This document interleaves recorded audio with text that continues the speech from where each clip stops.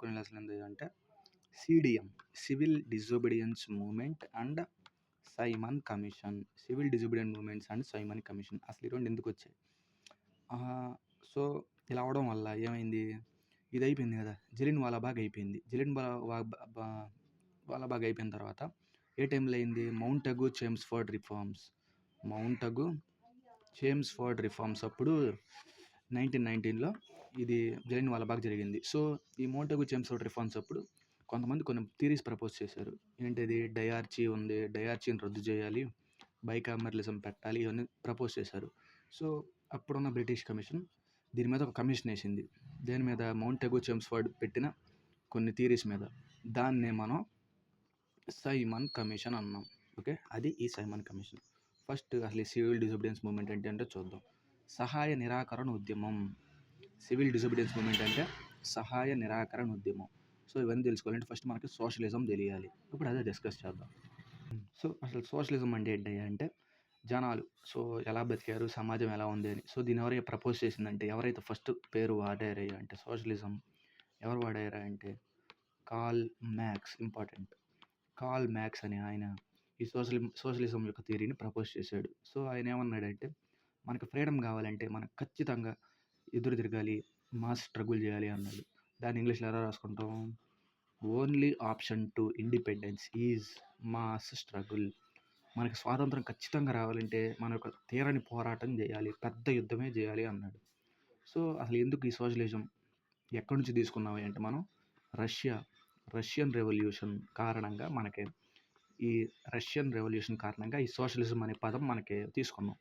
ఈ Russian revolution ఎప్పుడు జరిగింది? 1917లో జరిగింది ఈ రష్యన్ రెవల్యూషన్. ఓకే, ఇప్పుడు చూద్దాం.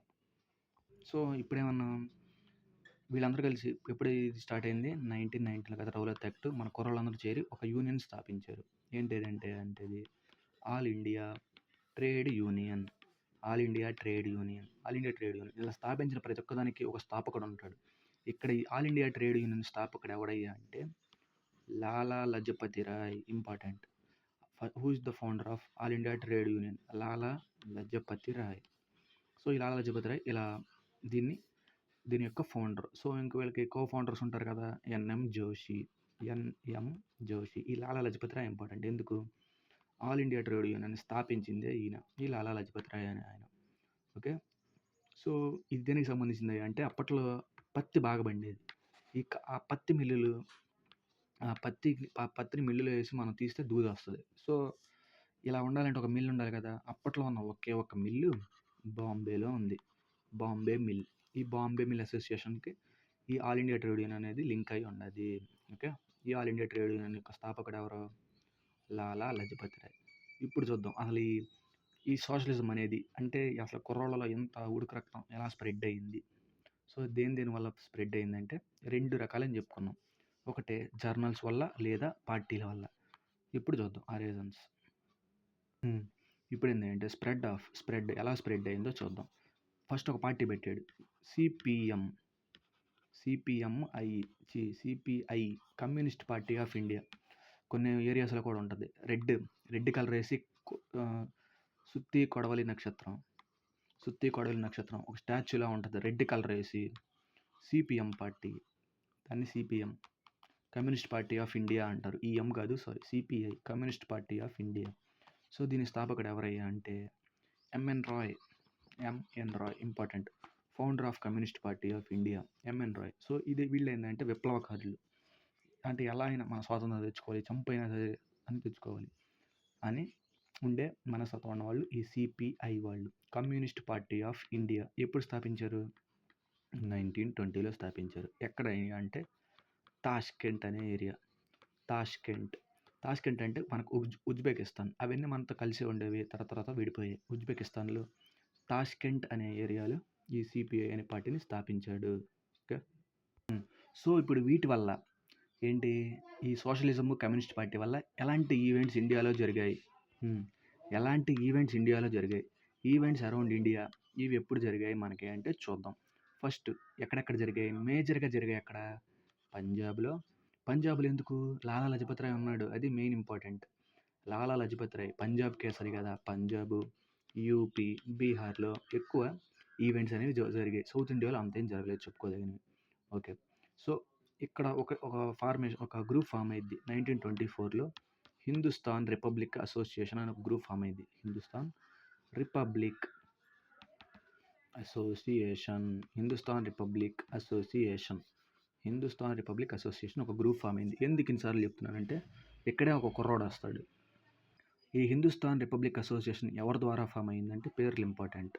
రామ్ ప్రసాద్ బిస్మిల్ ఒకడు, జేసీ చటర్జీ ఒకడు, సచిన్ సన్యాల్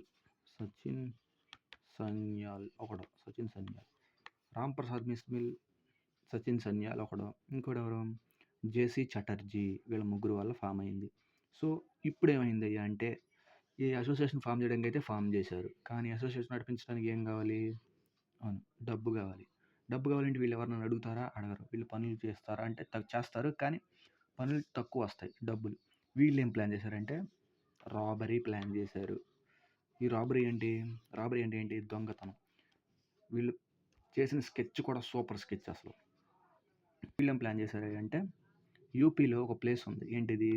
కార్కోరీ అని ఒక ప్లేస్ ఉంది. కార్కోరీ అని ఒక place.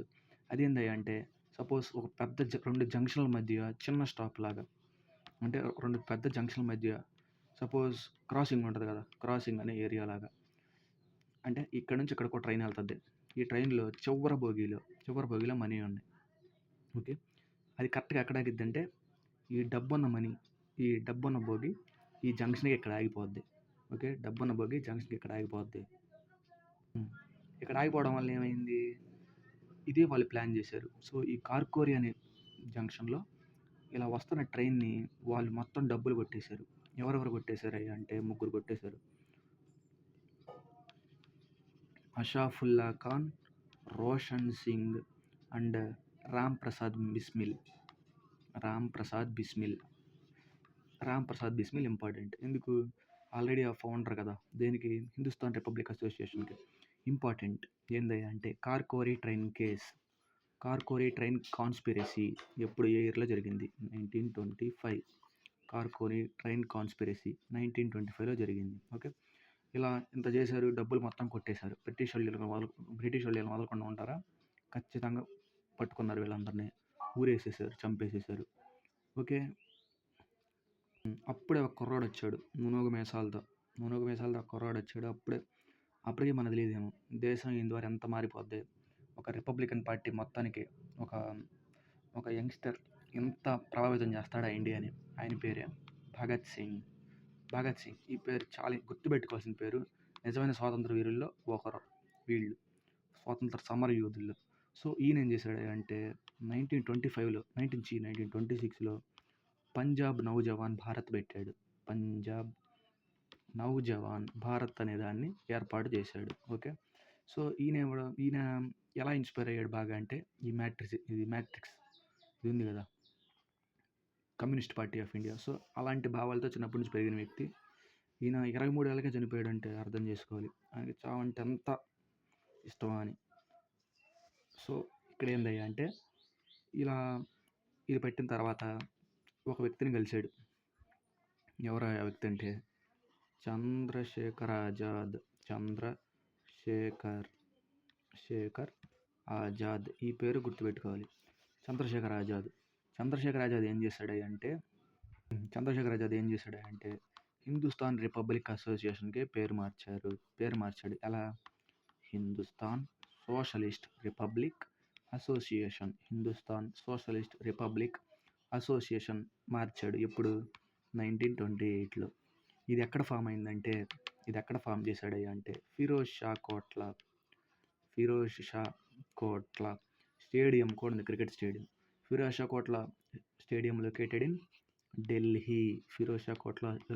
Delhi. Chinnaswamy Bengaluru, Chepauk Chennai, Dharamshala Himachal Pradesh, Wankhede Mumbai, Eden Gardens Kolkata. ఇవన్నీ స్టేడియంస్ నేమ్స్. సో ఈ ఫిరోజ్ షా కోట్లా స్టేడియం కూడా ఉంది ఢిల్లీ. సో ఈ హిందుస్థాన్ రిపబ్లిక్ అసోసియేషన్ అనేది ఎవరు ఫామ్ చేశారు? చంద్రశేఖర్ ఆజాద్ ఫామ్ చేశాడు. ఇంకా అతనితో పాటు ఎవరెవరు ఉన్నాడు మెంబర్స్ అంటే చంద్రశేఖర్ ఆజాద్, భగత్ సింగ్, సుఖదేవ్, భగత్ సింగ్, సుఖదేవ్ వీళ్ళ ముగ్గురు కలిసి దాన్ని ఫామ్ చేశారు. సో వీళ్ళు మంచి మంచి పోరాటాలను పోరాడాడు. ఇప్పుడు అవి ఏంటో చూద్దాం. సో ఇక్కడ మెయిన్ థింగ్ ఏంది అంటే 1928లో Hindustan socialist republic association form చేశారు. ఎవరెవరు? చంద్రశేఖర్ ఆజాద్, భగత్ సింగ్, సుఖదేవ్, భగత్ సింగ్, సుఖదేవ్.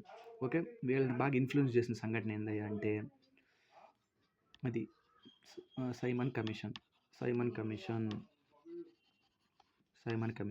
ఓకే, ఇప్పుడు సైమన్ కమిషన్ గురించి చూద్దాం. కానీ వీళ్ళు ఉన్నారు కదా, ఇదంతా అసలు ఎందుకు వచ్చింది, ఎవరు బాగా ఇన్ఫ్లుయెన్స్ చేసిన సంఘటన ఏంది అంటే సైమన్ కమిషన్ ఇండియాలోకి 1928లో వచ్చింది. సైమన్ కమిషన్ దీని తర్వాత డీప్గా డిస్కస్ చేద్దాం. సైమన్ కమిషన్ ఇండియాలోకి వచ్చింది, కానీ ఇండియన్స్ నిరసన చేస్తూ Simon commission go back Simon అని పెట్టారు. స్లోగన్ చేశారు, ఎందుకు వెళ్ళిపో ఎక్కడి నుంచి అని. ఓకే, అక్కడ ఉన్న స్లోగన్స్ చేstanలో ఒక వ్యక్తి కూడా ఉన్నాడు. ఎవరు? లాలా లజపతి రాయ్. లాలా లజపతి రాయ్కి భగత్ సింగ్ చాలా పెద్ద ఫ్యాన్. సో లాలా లజపతి రాయ్ అలా ప్రొటెస్ట్ చేస్తుంటే ఒకడు వచ్చాడు. ఎవడు? స్కాట్ అని బ్రిటిష్ పోలీస్ ఒకడు వచ్చాడు. ఎట్ట కొట్టాడంటే పిచ్చి కొట్టేసిన తర్వాత ఏమైంది, ఇంకా ఆయన హాస్పిటల్లో జాయిన్ అయ్యాడు. ఆల్మోస్ట్ ఎలా కొట్టాడంటే RRR రామ్ చరణ్ కొట్టాడు. సో అలా కొట్టాడు, చచ్చిపోయాడు. ఎవరో లాలా లజపతి రాయ్ చచ్చిపోయాడు. డేట్ ఇంపార్టెంట్, ఎప్పుడు చచ్చిపోయాడు? నవంబర్ 17 నవంబర్ 17లో చచ్చిపోయాడు, లేదా నవంబర్ 19 ఎప్పుడు, నవంబర్ 17 చచ్చిపోయాడు. చచ్చిపోయిన డేట్ ఇంపార్టెంట్, పుట్టిన డేట్ కంటే నవంబర్ 17, 1928. ఎందుకు? కరెక్ట్గా నెల తర్వాత భగత్ సింగ్ ఒక దాడి చేస్తాడు. అందుకు నవంబర్ 17న లాలా లజపతి రాయ్ చచ్చిపోతాడు. ఎందుకు చచ్చిపోతాడు? ఈ స్లోగన్ చేస్తాడు, సైమన్ గో బ్యాక్ అని. సో ఇంకేమైంది, మన కుర్రోళ్ళు ప్లాన్ వేస్తారు. ఎవరికి? స్కాట్ ద్వారా అంటారు. స్కాట్కి ప్లాన్ వేస్తారు ఏమని, కన్ఫర్మ్గా చంపేయాలని. ఎవరెవరు ప్లాన్ వేస్తారు అంటే భగత్ సింగ్, సుఖదేవ్, రాజ్గురు, చంద్రశేఖర్ ఆజాద్ ఇక్కడ రాలం. భగత్ సింగ్, సుఖదేవ్, రాజ్గురు ఎలా అయినా చంపాలని ప్లాన్ వేస్తారు. ఒక పార్లమెంట్ సమావేశానికి వెళ్తారు. అంటే ఒక పార్టీ సపోజ్ అలా ఏరియాకి వెళ్తారు. వెళ్ళి అక్కడ స్కాట్ ఉన్నాడు. స్కాట్ అనుకుని శాండర్స్ అనేవాడిని చంపేస్తారు. సేమ్ పిచ్చి కొట్టేసి చంపేస్తారు. వాడు అనుకుంటాడు, నేనేం చేశాను. ఈ స్కాట్ అక్కడ ఉన్నాడు. స్కాట్ అనుకుని శాండర్స్ని చంపేస్తారు. ఎక్కడ? లాహోర్ అనే ప్లేస్లో. లాహోర్ సెషన్ ఎప్పుడు జరిగింది మనకి? 1929. ఓకే, అది ఇండియన్ నేషనల్ కాంగ్రెస్ సెషన్లో చెప్పుకుందాం. సో ఈ లాహోర్లో చంపేస్తాడు. ఎవరు? వీళ్ళు ముగ్గురు కలిసి చంపేస్తారు. సో అప్పటికి వీళ్ళు ఇంకా పరారీలో ఉంటారు. ఎందుకు పరారీ అంటే? తలదాచుకోవడం. మరి పారిపోరు, దాచుకుంటారు. ఎందుకు?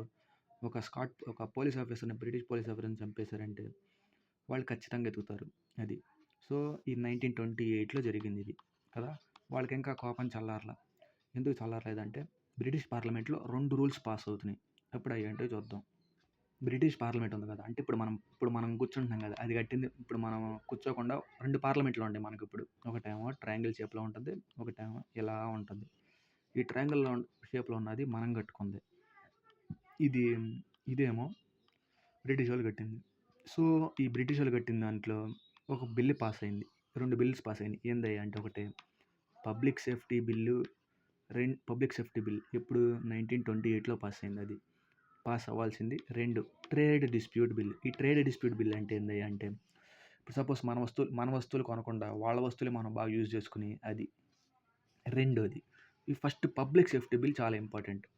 పబ్లిక్ సేఫ్టీ బిల్ అంటే ఏంటంటే, మన ఈ జర్నల్స్ కానీ ఇలాంటివి ఏం పాస్ అవ్వకుండా, సో మన నాయకుల్ని, స్వాతంత్రం కోసం పోరాడే వాళ్ళని అణిచివేయడానికి ఈ పబ్లిక్ సేఫ్టీ బిల్ అనేది చాలా ఇంపార్టెంట్. అది కానీ పాస్ అయితే ఖచ్చితంగా మన వాళ్ళని చాలా ఇబ్బంది పెట్టేవాళ్ళు. ఇది భగత్ సింగ్కి తెలిసింది. సరదాగా వెళ్ళారు. ఎవరెవరు? భగత్ సింగ్, ఇంక ఈ పేరు ఇంపార్టెంట్, బతుకేశ్వర్ దత్.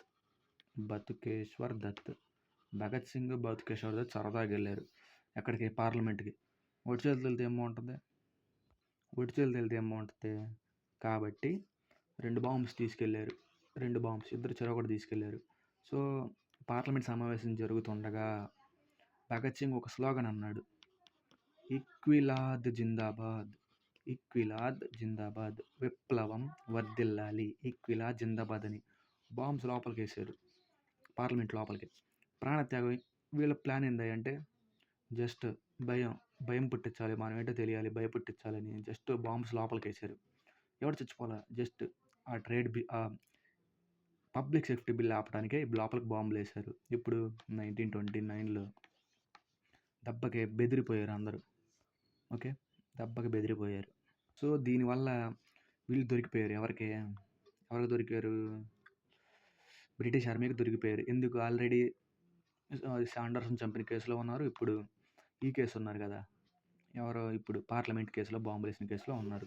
వీళ్ళు దొరికిపోయారు. ఎవరికి? బ్రిటిష్ అధికారులు దొరికిపోయారు. ఈలోపు చంద్రశేఖర్ ఆజాద్ ఏం చేస్తున్నాడు? అరే పార్టీ స్థాపించింది వాడు, సో అతనికి ఎంత రోషం ఉండాలి. కాబట్టి ఏం చేశాడు ఈసారి? అప్పటి గవర్నర్ జనరల్ అయిన లార్డ్ ఇర్విన్ని ట్రైన్ బాంబులో లేపుదాం అనుకున్నాడు. ట్రైన్ కింద బాంబు పెట్టేసి జస్ట్ మిస్ అయిపోయాడు, కాపాడుకున్నాడు ప్రాణం. కానీ ట్రైన్ కింద బాంబు పెట్టినోడిని, గవర్నర్ జనరల్ కింద బాంబు పెట్టినోడిని జనాలు వదులుతారా? పోలీసులు వదులుతారా? వదలలేదు. తినని వెతికారు ఫస్ట్. సో అప్పట్లో గాంధీజీ ఇర్విన్కి బాగా క్లోజ్ కాబట్టి అడిగాడు. ఎవరిని? గాంధీజీ అడిగాడు, ఇలా మా ఇర్విన్ మా బొడ్డోళ్ళని వదిలేయండి అని. ఆడేమన్నాడు? క్షమాభిక్ష పెడతా, తీసుకోండి పోనా అన్నాడు. కానీ అది అసలు ఆయనకి నచ్చల భగత్ సింగ్కి. నువ్వు ఇచ్చిన ప్రాణం నాకు వద్దురా అని ఊరేసేసుకున్నాడు. ఇది లీడర్షిప్, ఉడుకు రక్తం. దేశం కోసం ఎంత ప్రాణత్యాగం చేశాడు భగత్ సింగ్. వీళ్ళని మనం బాగా గుర్తుపెట్టుకోవాలి, ఎందుకు? వీళ్ళు ప్రాణత్యాగాలు చేశారు. సో ఈయన చనిపోయిన డేట్ మనకి ఇంపార్టెంట్. శాండర్స్ని చంపిన కేసులో భగత్ సింగ్కి, సుఖదేవ్కి అది ఉరిశిక్ష విధించింది. ఒకటే చెప్పారు, మీరు ఈ పోరాటాలను ఆపేసి ఆయనకి సారీ చెప్పి వెళ్ళిపోండి ఇర్విన్కి, సో మేము శిక్ష తగ్గిస్తాం నీకు, లేదా యావజ్జీవం వేస్తాం, లేదా కొన్ని రోజులు వేస్తాం, ఒక 12 ఏళ్ళు అట్లా వేస్తామని. సారీ చెప్పే ప్రసక్తి లేదని ఊరేసుకున్నారు ముగ్గురు. Date important.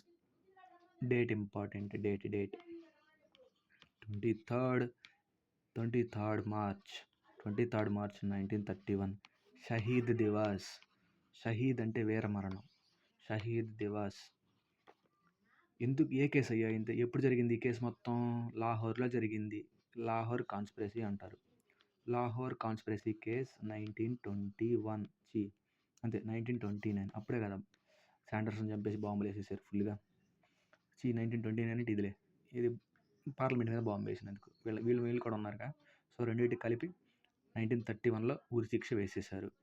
ఓకే, అది మన భగత్ సింగ్ అంటే. సో ఇర్విన్ కింద బాంబు పెట్టాడు కదా ఎవరో? చంద్రశేఖర్ ఆజాద్. ఇన్ఫర్మేషన్ లీక్ చేశారు.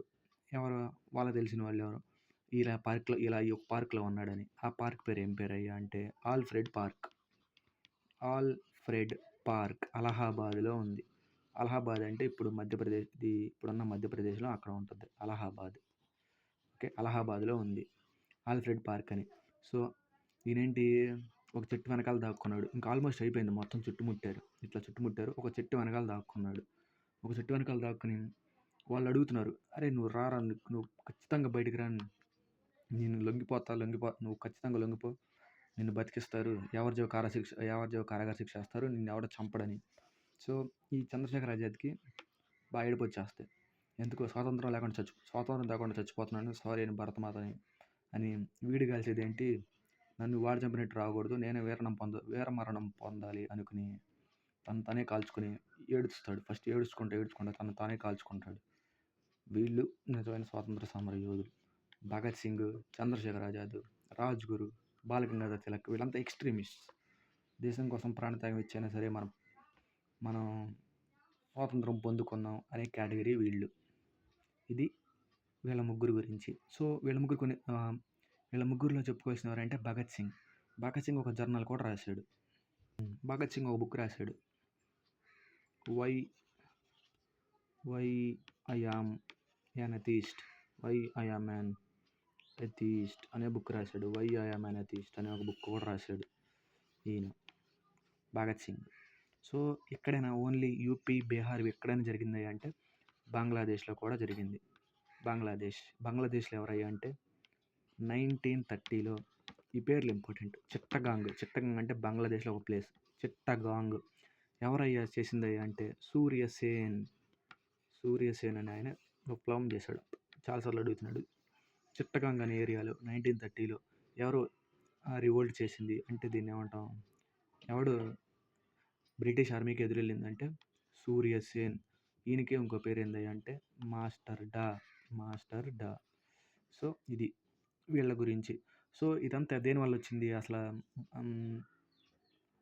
ఎవరు భగత్ సింగ్ ఇంత రెచ్చిపోవడానికి కారణం ఏంటి? లాలా లజపత్ రాయ్ చనిపోవడం.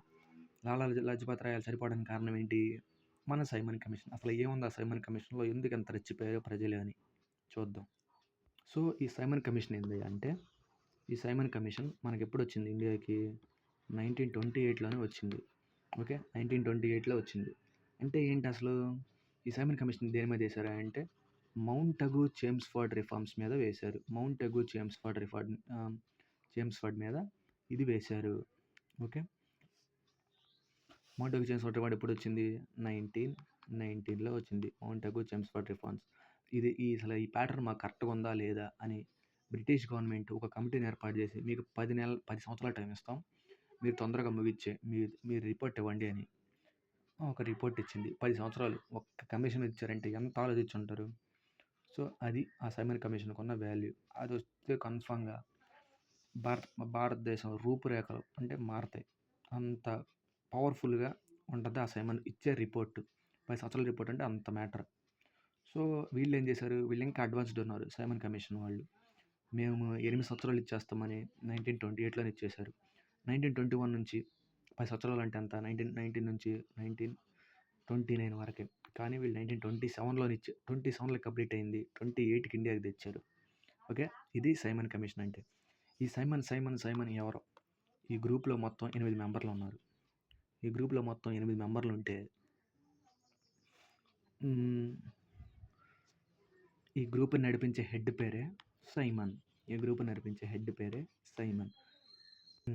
సో మొత్తం నేను 8 అని చెప్పాను. సో 7 మెంబర్స్ ఉన్నారు. ఈ గ్రూప్ నడిపించే హెడ్ పేరు సైమన్. దీంట్లో ఉన్న ఇంకా ప్లస్ పాయింట్ ఏంటి అంటే అట్లీ అనే ఆయన ఇండియాకి స్వాతంత్రం ఇచ్చిన అప్పటి ప్రైమ్ మినిస్టర్. మనల్ని పరిపాలించారు కదా బ్రిటిష్లో. సో వాళ్ళకు ఒక ప్రైమ్ మినిస్టర్ ఉన్నాడు, అట్లీ కూడా ఈ సైమన్ కమిషన్లో మెంబర్. మరి ఎందుకు ఇంతగా దాన్ని ఏమంటాం, హేట్ చేయడానికి కారణం ఏంటి అంటే ఈ సైమన్ కమిషన్ని 7 మెంబర్స్ ఉన్నారు. ఒక్క మెంబర్ కూడా ఇండియన్ కాదు. దానివల్ల మన కుర్రలందరూ రెచ్చిపోయారు. అసలు ఒక్కడ ఇండియాలో లేడు, ఒక్కడు ఇండియన్స్ లేరు అని రెచ్చిపోయారు. సో ఏమని అరిచారు? సైమన్ గో బ్యాక్ అని అరిచారు కదా. సో దీన్ని ఫస్ట్ అరిచింది ఎవడయ్యా అంటే యూసఫ్ మెరాలి.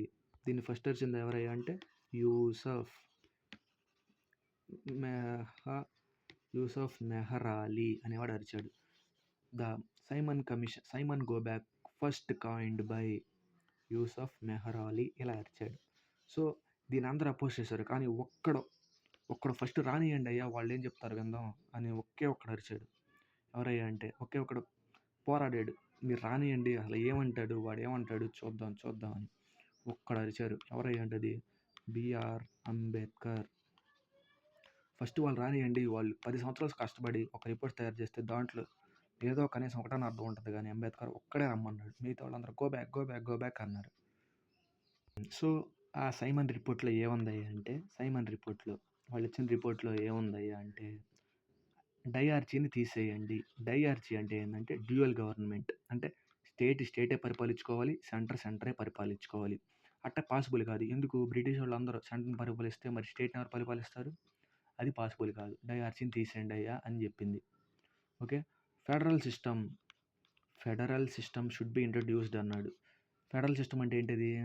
3 tyre government. అంటే స్టేట్ పరిపాలించుకోవాలి, సెంటర్ పరిపాలించుకోవాలి, విలేజ్ పరిపాలించుకోవాలి. ఎక్కడ ఏందయ్యా అంటే డైఆర్చీ అంటే ఏంటింది? పవర్ డివైడ్ అయ్యింది. అంటే అలా ఏ పర్మిషన్ లేకుండా ఎలా పెడితే అలా, అసలు వీళ్ళకి సంబంధం లేకపోతే డైఆర్చీ. ఇప్పుడు దీని మీద ఇది వర్క్ అవుతా ఉంటే ఫెడరల్ సిస్టమ్. సెంటర్‌కి స్టేట్ కనెక్షన్ ఉండాలి. స్టేట్‌కి, విలేజెస్‌కి కనెక్షన్ ఉండాలి. అదే ఫెడరల్ సిస్టమ్ అంటే. సో, ఇంకేమన్నాడు? ఓటింగ్ రైట్స్ పెంచండయ్యా అన్నాడు. ఓటింగ్ రైట్స్ ఏజ్ పెంచండి అన్నాడు.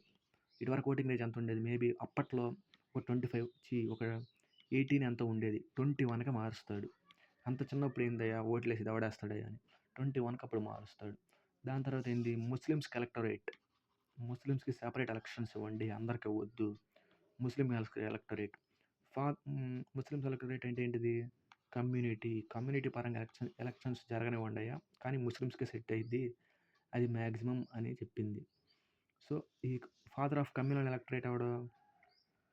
Minto. Lord Minto. Don't forget.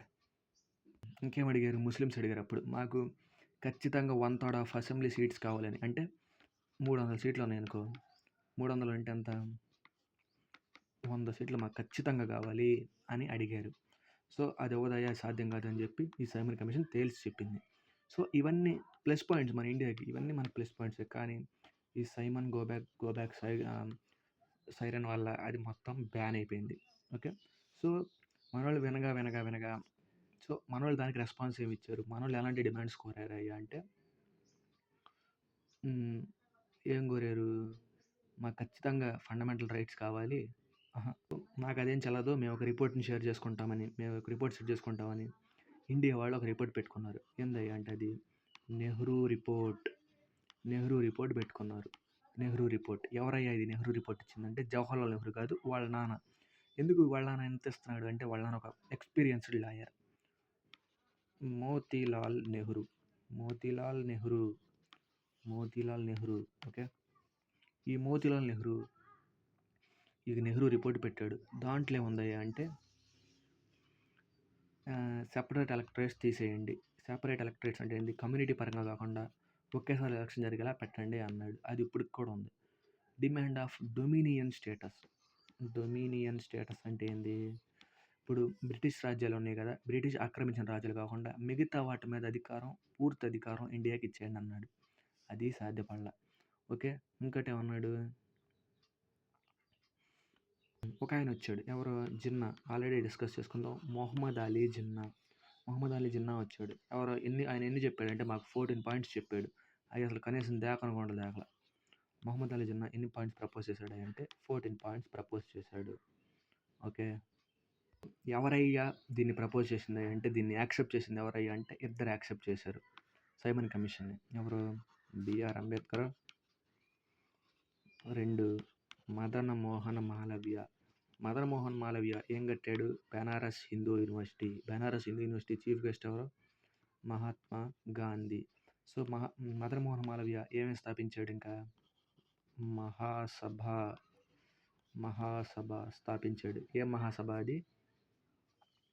Hindu Mahasabha స్థాపించాడు. ఏంటిది? మదన్ మోహన్ మాలవ్య. ఈయన పేరు ఇంకో పేరు బిరుదు మహామన్నా. సో, వీళ్ళిద్దరు మాత్రమే యాక్సెప్ట్ చేశారు దీన్ని. ఓకే. ఇప్పుడు అసలు ఒక దీనివల్ల ఏమైంది? మళ్ళీ గొడవ. ఆ గొడవ ఎలా మారింది అంటే సివిల్ డిజోబీడియన్స్ మూవ్మెంట్. ఈ సివిల్ డిజోబీడియన్స్ మూవ్మెంట్స్ ఒక్కటి కాదు, 2, 3 కలిసి ఉంటాయి. అవి చెప్పుకుందాం. ఈ సివిల్ డిజోబీడియన్స్ మూవ్మెంట్స్ సిడిఎం ఎప్పుడు స్టార్ట్ అయిందంటే కరెక్ట్గా 1928 తర్వాత. ఎందుకు? దీనికి సపరేట్ డేట్ లేదు. 1928 ఇది group of movements. Civil disobedience movement అంటే గ్రూప్ ఆఫ్ మూవ్మెంట్స్. సో, ఇప్పుడు ఏమైందయ్యా అంటే ఫస్ట్ కొన్ని సెషన్స్ జరిగాయి. ఏమంటే ఇది కలకత్తా సెషన్స్ అని ఇవన్నీ జరిగాయి.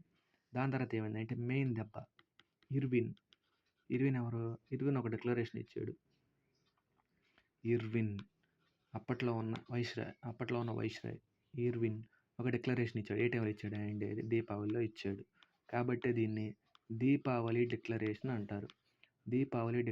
అంటాడు. ఆయన ఏం చెప్పాడు? అరే మీకు ఖచ్చితంగా డొమినియన్ స్టేటస్ ఇస్తామన్నాడు.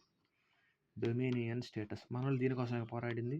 అరే బాగా గంతులు చేస్తాడులే అనుకున్నాడు. కానీ మనోళ్ళు యాక్సెప్ట్ చేయలేదు డొమినియన్ స్టేటస్ని. ఎందుకయ్యా అంటే బ్రిటిష్ వాళ్ళు ఉన్నంతకాలం బ్రిటిష్ వాళ్ళు ఖచ్చితంగా ఉంటారు. ఇంకా మనకి మిగతా రాజ్యాలు పరిపాలించుకుంటే బెస్ట్ అప్డేటెడ్ సిటీస్ అని బ్రిటిష్ వాళ్ళు తీసుకొని చట్టం మనకిస్తే సో మనకేం ఉపయోగం అనుకుని ఈ డొమినియన్ స్టేటస్ వద్దన్నారు. సో దానివల్ల ఇర్విన్కి కాలింది. కాబట్టి మేము ఇంకా ఇవ్వనయ్యా అన్నాడు. ఇంకా మనోళ్ళు ఇంకా ఇంకా బాగా ఫోర్స్ చేసుకుంటా వచ్చారు. మనం ఖచ్చితంగా స్వాతంత్రం తీసుకోవాలి అనుకుని ఒక సెషన్, ఇది ఇంపార్టెంట్ సెషన్. ఐఎన్సీ సెషన్ ఈసారి 1929లో జరిగింది. 1929 లాహోర్ అనే స్పేస్లో జరిగింది. లాహోర్ ప్రస్తుతం పాకిస్తాన్ దగ్గర ఉంది. ఇండియన్ నేషనల్ కాంగ్రెస్ సెషన్ 1929లో జరిగింది. ఎవడయ్యా దీనికి అధ్యక్షత వహించిందంటే జవహర్లాల్ నెహ్రూ అధ్యక్షత వహించారు. జవహర్లాల్ నెహ్రూ. సో ఓకే, ఇక్కడ మనం ఏం చెప్పాలంటే మనకు ఖచ్చితంగా పూర్ణ స్వరాజ్ కావాల్సిందే. మన గోల్ పూర్ణ స్వరాజ్. ఖచ్చితంగా మనకి సంపూర్ణ అధికారం మన చేతికి రావాలి, ఖచ్చితంగా స్వాతంత్రం మనకు రావాలి అని చెప్పుకున్నాడు.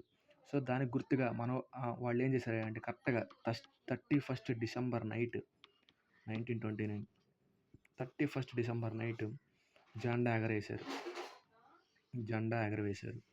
సో ఎప్పుడు ఎగరేశారు? 31st డిసెంబర్ 1929 ఒక జెండా ఎగరేశారు. ఇండియన్ జెండా ఎగరేశారు. ఎక్కడ ఎగరేశారు అంటే జీలం నది ఒడ్డు. ఇది ఇంపార్టెంట్. జీలం నది ఒడ్డున ఎగరేశారు. ఇప్పుడు 31st డిసెంబర్ని ఎగరేశారు. సో ఇంకేమన్నారు? ఎగరేసి ఇక్విలాబ్ జిందాబాద్ అన్నారు. ఇక్విలాబ్ జిందాబాద్. దాని తర్వాత ఒక 26 రోజుల తర్వాత అంటే 26 జనవరి 1930ని ఫస్ట్ ఇండిపెండెన్స్ డేగా ఫిక్స్ చేశారు. ఇప్పుడు మనం 26th జనవరి అంటే ఏంటిది? మనకి గణతంత్ర దినోత్సవం, రిపబ్లిక్ డే. ఎందుకు తీసుకున్నారు అంటే ఇందుకే మనం ఖచ్చితంగా మనం గెలవాలనే డిటర్మినేషన్తో జెండా ఎగరేశారు. ఎక్కడ ఎగరేశారు? జీలం నది. దేనికి ట్రిబ్యూటరీ? జీలం నది సింధు నదికి. జీలం యొక్క పాత పేరు పురుషుని. ఎక్కడ ఎగరేశారు అంటే రావి నది ఒడ్డున ఎగరేశారు. రావికి పాత పేరు ఏం పేరు? పురుషిని రివర్. అది మనం గుర్తుపెట్టుకోవాలి, Purushini river.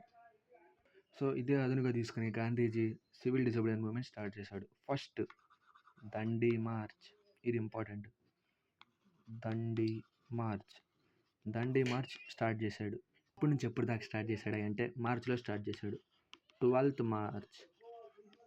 March to 6th April 1930లో స్టార్ట్ చేశారు.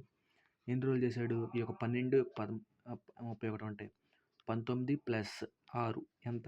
25 రోజులు చేశాడు. అంటే 24 రోజులు చేశాడు అని అర్థం. 24 రోజులు ఈ దండి మార్చ్ చేశాడు. అసలు ఈ దండి మార్చ్ ఎందుకు చేయాలి? అసలు దండి అనేది ఒక ప్లేస్. దండి అనేది గుజరాత్లో ఒక ప్లేస్. గుజరాత్ ఇలా ఉంటుంది కదా, గుజరాత్లో ఒక ప్లేసు.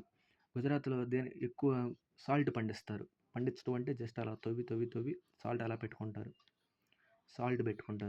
సో ఈ సాల్టే మనకప్పుడు జీవనాధారం కదా, అంటే ఏదైనా కూరలు కానీ అలాంటివి వేసుకోవడానికి ఈ సాల్ట్ ఉండేది. బ్రిటిషర్స్ ఏం చేశారు? ఈ సాల్ట్ మీద కూడా ట్యాక్స్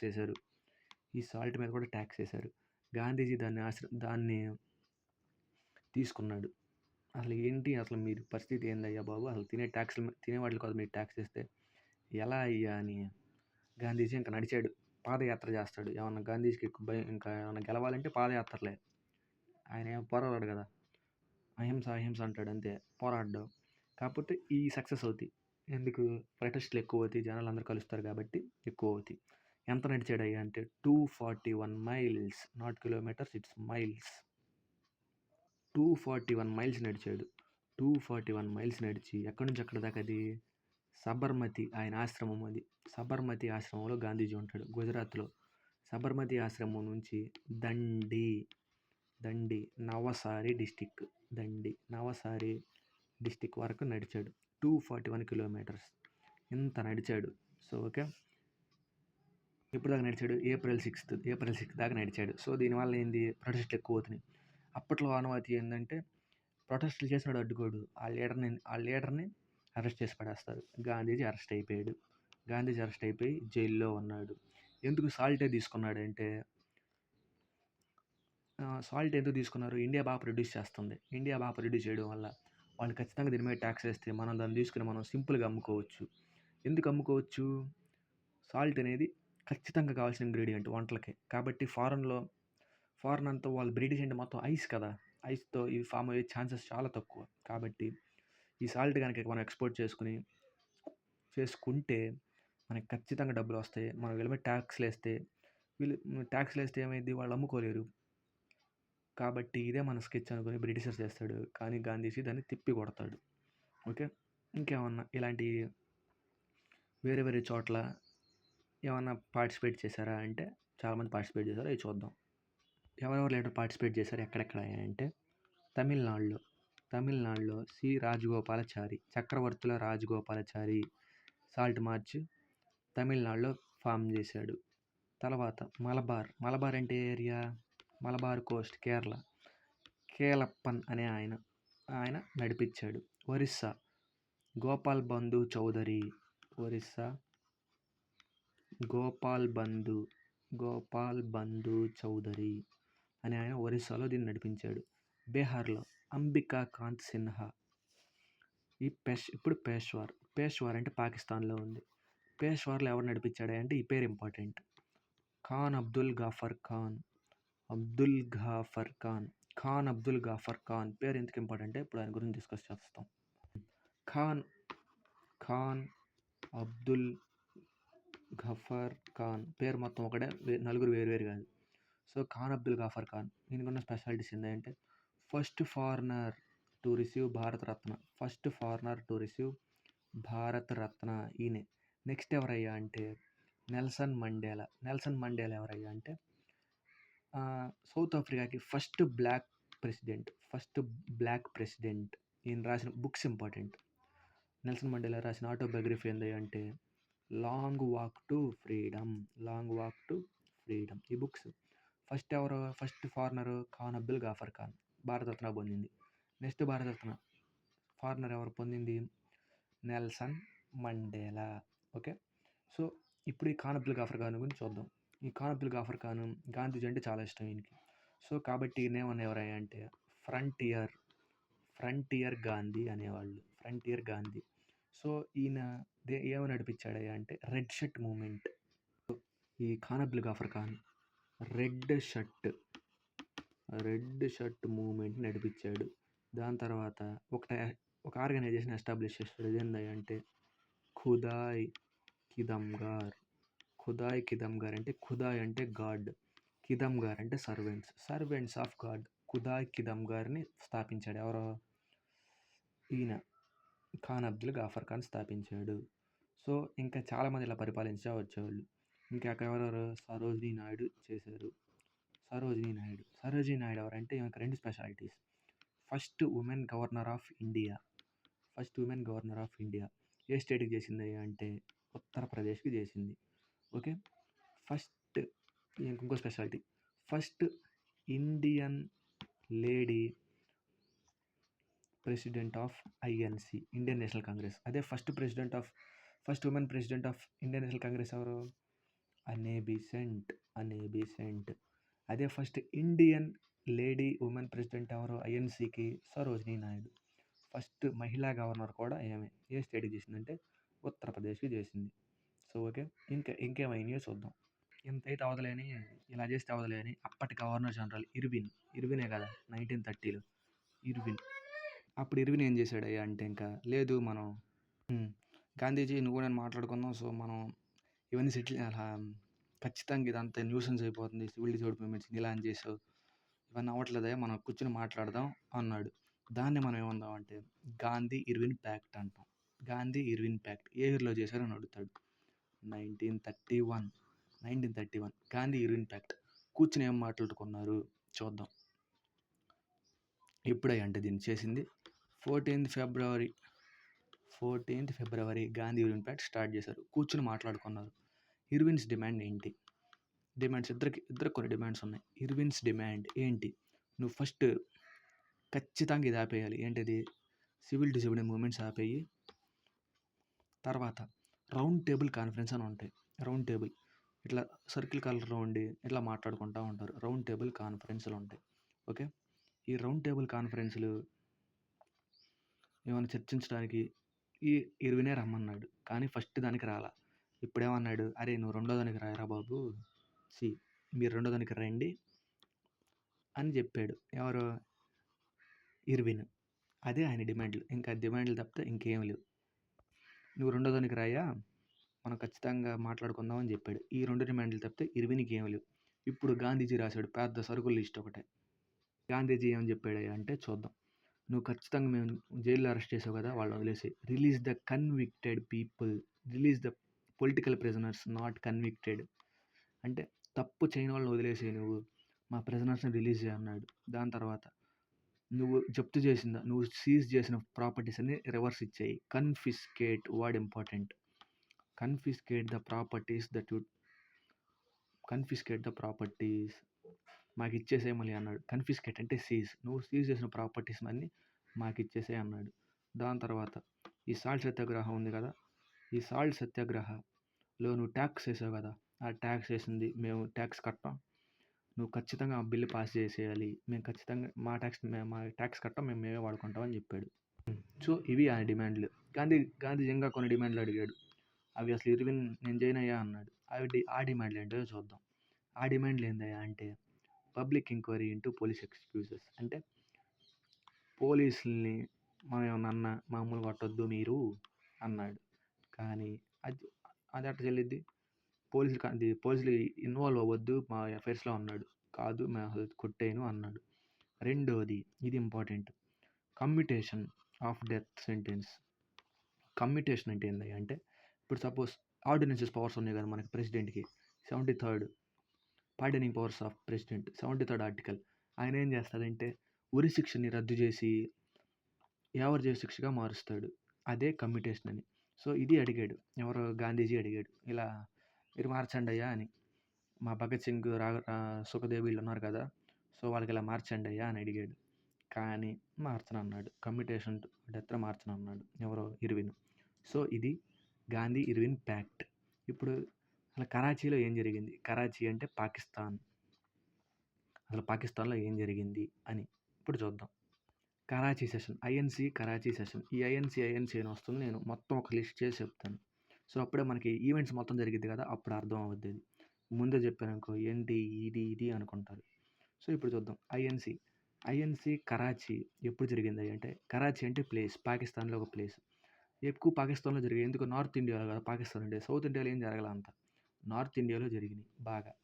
ఓకే, సౌత్ ఇండియాలో జరిగింది ఆల్మోస్ట్ ఒకటని అనుకుంటా. అది 1924 Belgaum cluster. 1924 Belgaum cluster speciality ఏంటి? గాంధీజీ గాంధీజీ ప్రెసిడెంట్ అయిన ఒకే ఒక సమావేశం ఈ బెల్గామ్ 1924 ఇంపార్టెంట్. ఓకే, సో ఈ కరాచీ సెషన్ జరిగింది. ఈ కరాచీ సెషన్ అలా ఏం మాట్లాడుకున్నారు అంటే, ప్రతి సెషన్కి ఒక లీడర్ ఉంటాడు కదా. ఈ సెషన్కి లీడర్ ఎవరయ్యా అంటే సర్దార్ వల్లభాయ్ పటేల్. సర్దార్ వల్లభాయ్ పటేల్కి ఉన్న బిరుదులు ఏంటి? Iron man of India. ఇంకోటి బార్దోలి వీరుడు అంటారు. బార్దోలి వీరుడు. ఈయన ఇంకేం పదవులు ఉన్నాయి? First deputy prime minister, 2 home minister. First home minister కూడా ఈయనే. దాని తర్వాత ఐటీ ఇన్ఫర్మేషన్ టెక్నాలజీ మినిస్టర్ కూడా ఈయనే. ఓకే, సో మంచి అన్నీ ఇచ్చారు. సో ఈ సెషన్ 1931లో 1931లో జరిగింది. 1931లో ఈ కరాచీ సెషన్ జరిగింది. సో గాంధీజీ ఇర్విన్ అన్నట్టే ఇది ఆపేశారు. ఏది? సివిల్ డిసోబీడియెంట్ మూమెంట్స్ ఆపేశారు. దాని తర్వాత పూర్ణ స్వరాజ్. మాకు ఖచ్చితంగా మా స్వాతంత్రం సంపూర్ణాధికారం మాకు కావాలయ్యా అని మళ్ళీ స్టార్ట్ చేశారు. అప్పుడే పూర్ణ స్వరాజ్ యొక్క రియల్ మీనింగ్ చెప్పారు. పూర్ణ స్వరాజ్ అంటే మనకు ఖచ్చితంగా సంపూర్ణ స్వాతంత్రం మనం తెచ్చుకోవాలయ్యా అని చెప్పాడు. సో వాళ్ళు ఏమన్నారు? జెండా ఎగరేశారని చెప్పారు కదా. అప్పుడు ఒక పదం అన్నారు. ఏంటిది? ఇక్విలాబ్ జిందాబాద్. ఇక్విలాబ్ జిందాబాద్ అని ముందు ఎవరు అన్నారు? భగత్ సింగ్ అనుకున్నాం. తప్పది. భగత్ సింగ్ కాదు. అంటే భగత్ సింగ్ అన్నాడు అప్పుడు. దీన్ని ఫస్ట్ కాయిన్ చేసింది, అంటే ఈ టర్మ్ని ఫస్ట్ వాడింది ఎవరయ్యా అంటే హర్షత్ మొహాని. మరి అది సైమన్ గోబ్యాక్, యూసఫ్ మెహ్రాలీ. ఈ టర్మ్స్ కాయిన్ చేసింది ఇంపార్టెంట్. ఎవరు కాయిన్ చేశారు అనేది ఇంపార్టెంట్. ఓకే, ఇది ఇక్విలాబ్ జిందాబాద్ ఏమో హర్షత్ మొహాని, సైమన్ గోబ్యాక్ ఏమో యూసఫ్ మెహ్రాలీ. ఇలా పెట్టారు. ఓకే, ఇప్పుడు రౌండ్ టేబుల్ కాన్ఫరెన్సెస్ చూద్దాం. రౌండ్ టేబుల్ కాన్ఫరెన్స్లు అంటే ఏంటంటే కూర్చుని మాట్లాడుకోవడానికి. ఇర్విన్ని గాంధీజీ రమ్మన్నాడు. ఎన్నో దానికి రమ్మన్నాడు? సెకండ్ దానికి రమ్మన్నాడు. గాంధీజీ అటెండ్ అయింది ఓన్లీ సెకండ్ దానికి. ఫస్ట్ దానికి అటెండ్ అవ్వాలా, థర్డ్ దానికి అటెండ్ అవ్వాలా. ఇప్పుడు ఫస్ట్ది ఎక్కడ జరిగిద్ది అంటే రౌండ్ టేబుల్స్ అన్నీ లండన్లో జరుగుతాయి. చక్కగా ఫ్లైట్ టికెట్ వేసి రమ్మన్నారు పోరా అంటే ఓడ టికెట్ అప్పుడు ఫ్లైట్స్ లేవనుకుంటా మేబీ. సో ఓడ టికెట్ వేసి రమ్మనరా అంటే వీళ్ళు పోలా. సో ఇప్పుడు చూద్దాం ఫస్ట్ ఇది ఎప్పుడు జరిగింది అంటే నవంబర్లో జరిగింది. నవంబర్ 1930 టు జనవరి 1930 జరిగింది. సెకండ్ది ఎప్పుడు జరిగింది సెప్టెంబర్ 1931 టు డిసెంబర్ 1931 జరిగింది. సో గాంధీజీ ఈ ఒక్క కౌన్సిల్లోనే పార్టిసిపేట్ చేశాడు. థర్డ్ది మళ్ళీ నవంబర్ 1932 టు డిసెంబర్ 1932. ఈ మూడు ఎన్నికైన ఒకే ఒక ఆయన BR Ambedkar. Is for a reason, BR Ambedkar for a reason.